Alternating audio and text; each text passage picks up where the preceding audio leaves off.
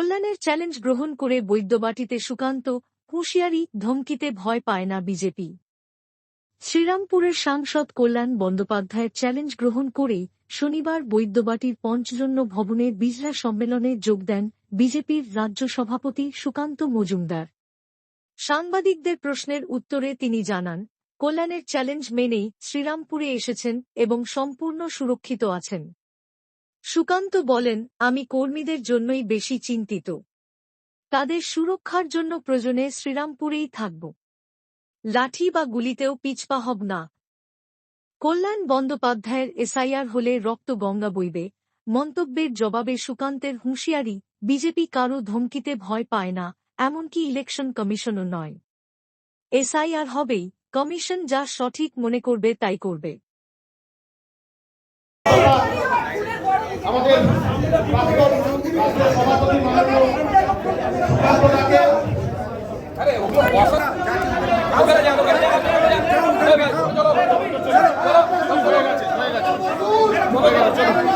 পারবেন না বলেছেন, যদি ফিরতে না পারি, আমি তো আগেই বলেছি, দেখুন আমাদের তো দেশের জন্য প্রাণ দেওয়ার সৌভাগ্য হয়নি।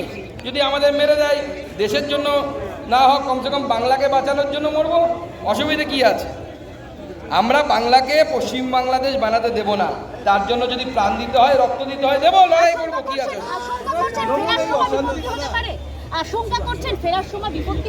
দেখুন, আমরা আশঙ্কা করছি না, আমরা যা হবে তা সামলানোর ব্যবস্থা করব। চ্যালেঞ্জ অ্যাকসেপ্ট করলেন? চ্যালেঞ্জ তো আগেই অ্যাকসেপ্ট করেছি, আমি তো শ্রীরামপুরের মুখেই দাঁড়িয়ে আছি। যে চ্যালেঞ্জ করেছিল তাকে পাওয়া যাচ্ছে না, সে ছু কিট করতে করতে ফুস হয়ে গেছে। दादा, कल्याण बनर्जी ने कहा है आपको सुरक्षित यहाँ से जाने नहीं दिया जाएगा, आपको हवा में उड़ा दिया जाएगा। कल्याण बनर्जी ने कहा है आपको सुरक्षित। अच्छा, ठीक है।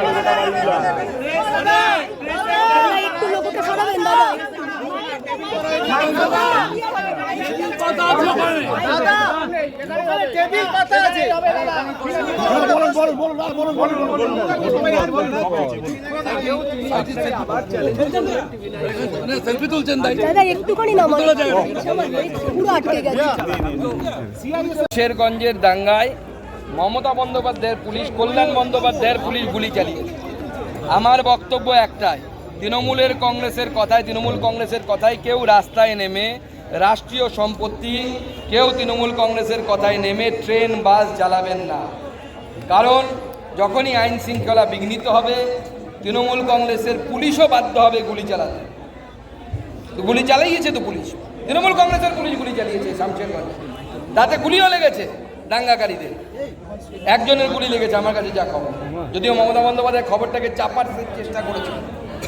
পরিষ্কার কথা, তৃণমূল কংগ্রেসের কথায় কেউ রাস্তায় নামবেন না, গণতান্ত্রিক পদ্ধতিতে আন্দোলন করুন, কোনো ধরনের হিংসায় আশ্রয় নেবেন না। হিংসা হলে রাষ্ট্রীয় সম্পত্তি বাঁচাতে কলকাতা পুলিশ হোক বা পশ্চিমবঙ্গ পুলিশ হোক বা অন্য কোনো বাহিনী হোক, তাকে গুলি চালাতেই হবে, এটাই নিয়ম।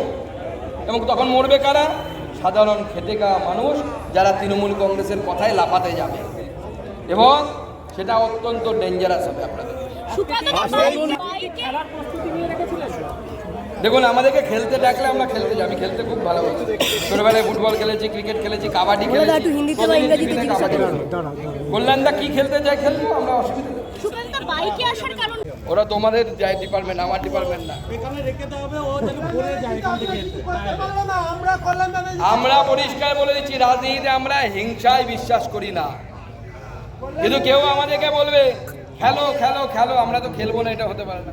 কি ঠিক তো খেলতে হবে তো, তাহলে কল্যাণদা এরপরে যদি খেলতে ডাকে, আমি শ্রীরামপুরের কর্মীদেরকে বলে দিচ্ছি, ভালো করে খেলবেন, ভালো করে খেলুন।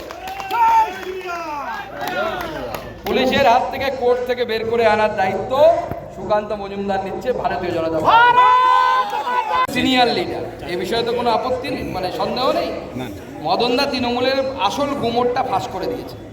তৃণমূল কংগ্রেস কিভাবে ভোট করায় এটা কিন্তু মদন মিত্র বলে দিচ্ছে। কি কেন বলছে সেটা আমরা জানি না, টিকিট পাবে কি পাবে না এই নিয়ে কোনো দ্বিমত আছে কিনা, কিন্তু তৃণমূল কংগ্রেস যে কীভাবে ভোট করায় সেটা কিন্তু মদন মিত্র বলে দিচ্ছে। তো তৃণমূল কংগ্রেস যেরকম প্রশ্ন করবে আমরা উত্তর ওরকম দেব। যদি তৃণমূল কংগ্রেস খারাপ ছেলে নিয়ে রাজনীতি করতে চায়, আমরা ভালো ছেলেরাও ফুটবল খেলতে জানি, ভালো ছেলেরাও খারাপ হবো আগামী দিনে যদি প্রয়োজন হয়। প্রয়োজন হলে